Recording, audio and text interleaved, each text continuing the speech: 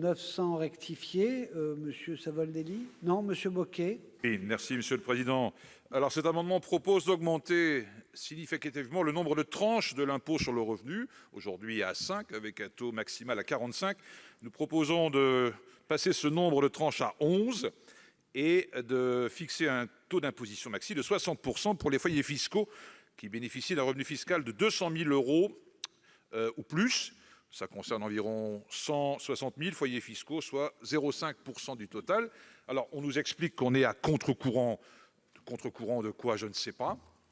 Un sondage récent indiquait que plus de 75% des Français veulent taxer davantage les riches au sortir de cette crise, de cette pandémie.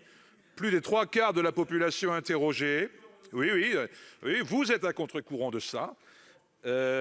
Mesure qui convainc une majorité de Français, qu'ils soient sympathisants de gauche, 86%, ok, les Républicains, 60%, et même de la République en marche, 57%. C'est quand même pas inintéressant. Et puis, on a eu également, le 13 juillet dernier, une signature de millionnaires du monde, 83 millionnaires du monde, qui demandent à être taxés. Ils ne deviennent pas fous, c'est pas un effet collatéral, c'est pas un effet collatéral de la pandémie.